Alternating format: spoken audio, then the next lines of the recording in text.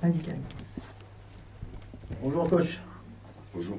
Je ne vous demande pas si ça va, si vous avez passé une bonne trêve avec... Alors vous personnellement, vous avez passé une bonne trêve? Très bon. Très très bon.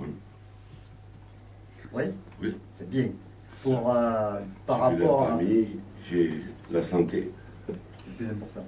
Voilà, maintenant on reprend le travail et on a un match important.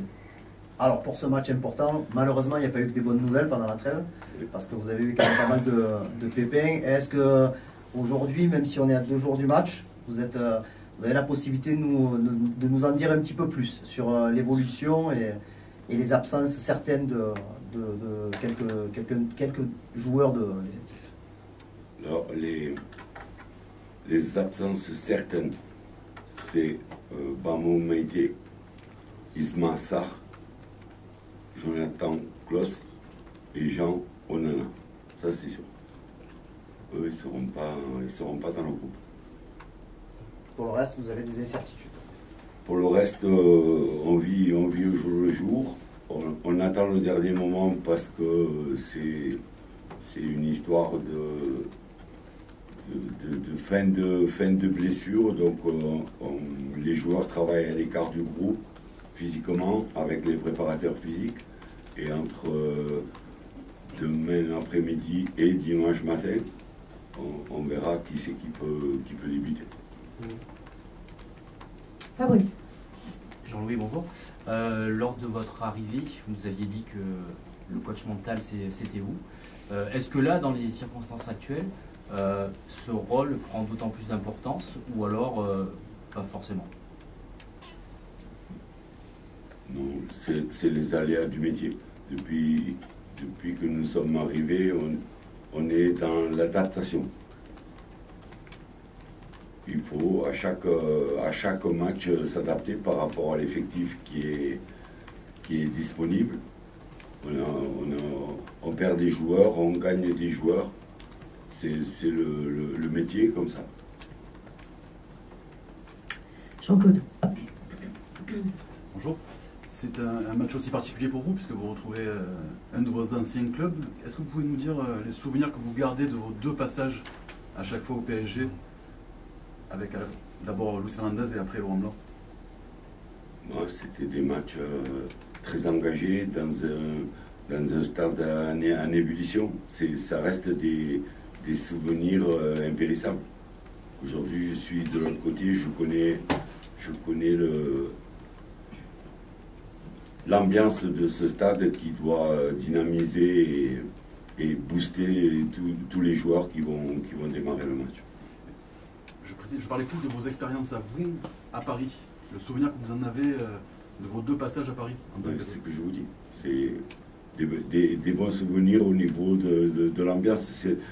Au Vélodrome, c'est l'ambiance qui est spectaculaire. Elle reste gravée à vie. Ça équivaut à un match de Coupe d'Europe. Donc ça, je l'ai connu sur le banc de Marseille avec la réception de Villarreal, où j'ai senti ce jour-là quelque chose d'exceptionnel se passer. Et je pense que dimanche, ça va être la même ambiance. Baptiste. Bonjour coach. Vous êtes arrivé à Marseille avec un adjoint et un préparateur physique qui vous avaient déjà suivi en Côte d'Ivoire. Est-ce que vous pouvez nous parler de leur rôle auprès de vous depuis toutes ces expériences et de leur rôle actuellement justement compte tenu des circonstances et des blessures et des absences? Alors le rôle de Ghislain, c'est lui l'entraîneur. C'est lui qui fait les séances, c'est lui qui les anime. On vit à l'hôtel tous les 3. Nico est un préparateur physique amélioré parce que c'est quelqu'un qui peut discuter de football, de tactique, il a une expérience aussi.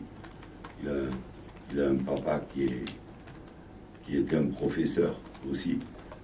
Donc c'est des gens qui sont indispensables dans notre travail. Plus tous ceux qui étaient là et Il y a plein de personnes dans notre bureau qui ont un pourcentage important, et notamment Pancho à Bardonado, qui lui nous met dans le contexte. Xavier. Ouais, bonjour coach, je suis désolé d'y revenir à ces fameuses blessures, mais vous avez dit voilà, on attend au jour le jour, on prendra la décision au dernier moment. Très simplement, est-ce que vous allez potentiellement prendre des risques, c'est-à-dire un joueur qui est à 80-90%, le sélectionner dans le groupe, ou est-ce que voilà, si un joueur n'est pas à 100%, c'est pas la peine d'y penser, et on prévoit plutôt pour Lille, Benfica et le mois d'avril? Merci. On ne blessera pas un joueur volontairement. Ça, c'est impossible. Ça veut dire qu'il y aura un feu vert. On a fait étape par étape depuis 8 jours. Donc, ils sont entre les mains du médical. Demain, il y en a qui vont franchir la dernière étape en espérant qu'elle sera positive. Et là, ils seront dans la mise en place de l'équipe. S'il y a le moindre doute, c'est la moindre image, le joueur jouera. Bruno. Bonjour coach, je voulais vous demander, c'est déjà compliqué pour l'OM face au Paris Saint-Germain, on le sait, le PSG est tout en haut, ainsi de suite, c'est compliqué d'ailleurs pour tous les clubs de Ligue 1. On a l'impression que ça l'est encore plus avec notamment cette équipe amoindrie. Est-ce que c'est un match, quand on est comme vous entraîneur de l'OM, qu'il faut aborder avec l'esprit d'un match de coupe par exemple, celui-ci, ce classico s'il vous plaît? Vous voyez ce que je veux dire, hein, avec se dépasser sur un match, ainsi de suite, des choses comme ça. Voilà. Et notamment l'état d'esprit. Quand vous avez plus de talent dans l'équipe d'en face, si vous voulez faire un exploit, il faut trouver des solutions à d'autres endroits. Et là, on parle de collectif. Ça va vouloir dire être beaucoup plus concentré, être beaucoup plus agressif, être beaucoup plus habile avec le ballon, tenir le ballon à des moments pour faire courir l'adversaire et surtout être efficace à la moindre occasion. Que ce soit dans une balle de contre, un coup de pied arrêté.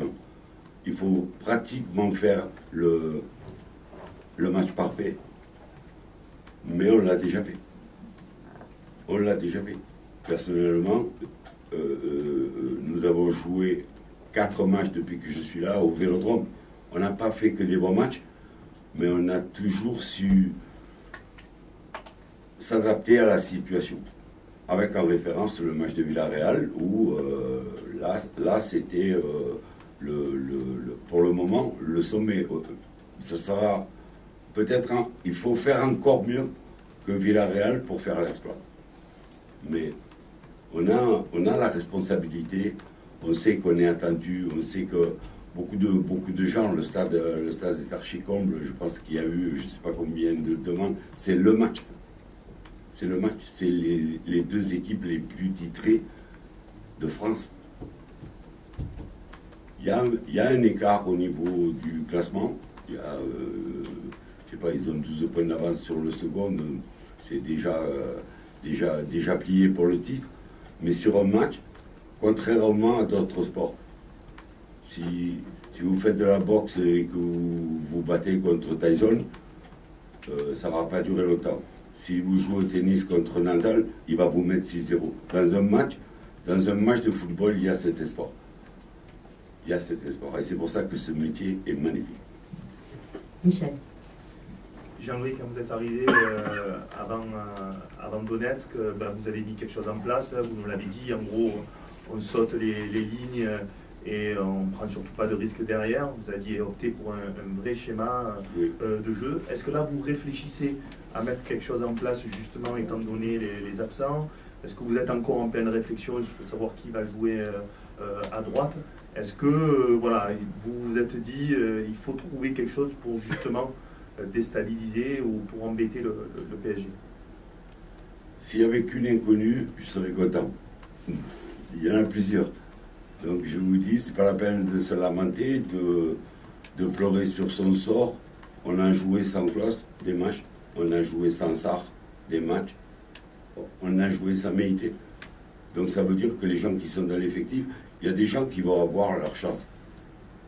Et des fois, dans un match renommé, on a une plus-value d'un coup d'un joueur qui explose ce jour-là. Et c'est encore l'espoir de... Je vous dirais, quand on aura le bilan des docteurs de la prise de risque du groupe qui va, je vous dirai ça. Mais pour le moment, on est encore dans l'inconnu. Flo? Coach, au fond à gauche. Récemment, Luis Enrique, l'entraîneur du PSG, a décidé de mettre sur le banc Kylian Mbappé ou parfois de le faire sortir assez tôt, parfois à la pause.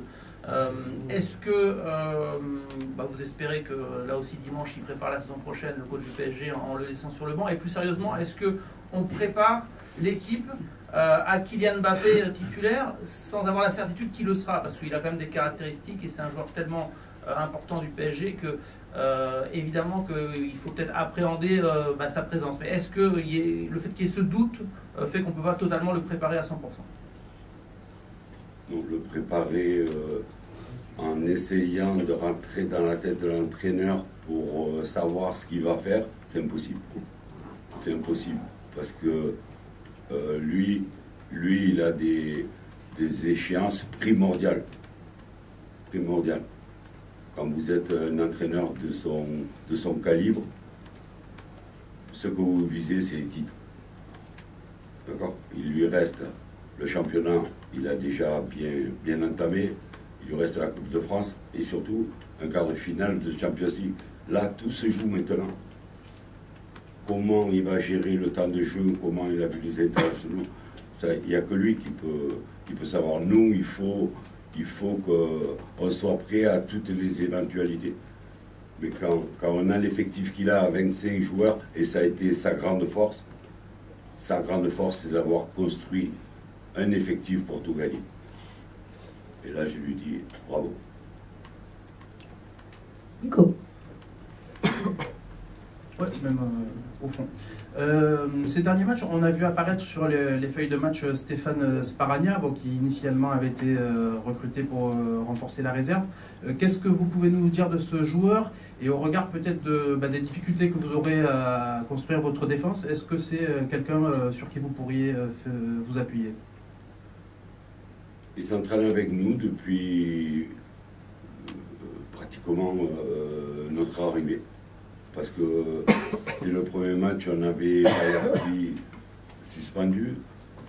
Ensuite, on a eu Samu Gigot qui, contre Montpellier, se sort l'épaule. Maintenant, on a un Meïté. Donc, il est avec nous, il travaille. C'est un petit avec une mentalité merveilleuse. Il est là, il est dans le groupe. Il est utile. Ce que je voudrais vous dire, c'est que pendant cette trêve internationale et vu les pépins qu'on avait, on est allé voir la CFA contre Corté. On est allé voir les 19 ans qui jouaient à Montpellier, qui ont fait 0-0. On a récupéré les internationaux moins de 19 ans pour les prendre avec nous, pour voir s'il y avait une pépite. On essaye de pallier toutes ces absences en ayant une idée de génie, si ça existe, ou trouver une perle. On travaille beaucoup, donc Steph, il est avec nous aujourd'hui, il s'entraîne, il est titulaire du groupe qui s'entraîne, il est souvent dans le groupe de match. Ouais. Étienne pour Téléfoot, je reviens sur le cas Mbappé.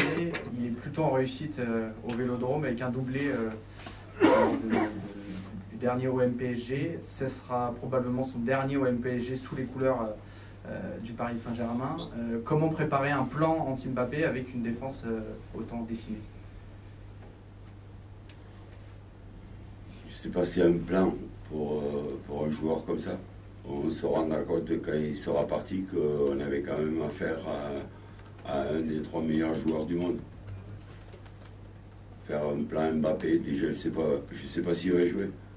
Je ne sais pas où il va jouer. S'il joue en pointe, s'il joue à gauche. Donc, on s'adaptera le moment voulu. Jean-Louis, ici, Merci. bonjour. Allez, Non, bonjour tout court. Pardon. Question, je rebondis sur Mbappé. Il a été sifflé au Vélodrome. Est-ce qu'un Mbappé énervé en vaut deux? Non, je pense pas. Je pense pas. Je vais revenir quand même sur ces matchs amicaux. Parce que la blessure de Jonathan sous nos yeux, on est allé le voir à la fin du match parce qu'il avait passé une IRM et qu'il était un petit peu effondré. Mais quand on est rentré dans les vestiaires, on connaissait pas mal de joueurs pour avoir travaillé avec eux ou les avoir formés. J'ai vu des gens fatigués. J'ai vu des gens fatigués. Quand on sort d'une série comme on avait fait nous, mettre 2 matchs internationaux amicaux, je ne sais pas si vous êtes régalés dans les matchs qu'on a vus, mais j'ai vu des gens qui géraient leur physique. Donc, j'ai pas de réponse à l'énervement de Mbappé. Allez, on termine. Avis. Bonjour Jean-Louis. Tu parlais d'exploits. Comment faire pour contrer ces attaquants incroyables quand tu as une défense complètement décimée? Est-ce que ce que tu as vu chez les jeunes, notamment Sparagna et les jeunes, tu as une pépite qui va peut-être aider? Mais derrière, c'est compliqué. Comment tu vas faire? Ça va dépendre des joueurs incertains. On peut avoir une défense expérimentée. Si sur les 4 joueurs, on dira en réathlétisation, on en récupère 2, bon, on aura une défense qui tient la route. On va faire notre maximum. Entendez ça, hein? Entendez. On a cette responsabilité. On a envie, les joueurs savent. Les joueurs savent. Hello, 2 secondes, je me permets, coach. Vous avez parlé des blessés, il y a la Coupe d'Europe qui arrive. Vous n'avez pas parlé de Murillo et Rongier, qu'il y en a beaucoup qui s'inquiètent, notamment moi, sur le fait que qui vous allez pouvoir aligner en Coupe d'Europe. Est-ce que vous pouvez nous faire juste un point sur Murillo et Rongier? Est-ce qu'on va les revoir au mois d'avril? Là, on a les 4 joueurs qui sont proches de réintégrer le groupe. Je les ai mis, j'ai mis des couleurs parce que j'y vois pas bien. Murillo et Rongier sont en orange. Ça veut dire que ça va bien, ça avance. Bon, bien sûr, c'est pas pour demain, mais pour le moment, il n'y a pas de contretemps. Et Murillo est même en avance sur tout ce qu'on m'avait dit. Donc, on espère pour une fois qu'on va être lâché par la malchance. Du coup, les 4 dont vous parlez, Balerdi, Gigot, Gay et Garcia, oui. D'accord? Oui, oui. Merci. C'est bon. Merci, coach. Merci. Bonne journée. Merci.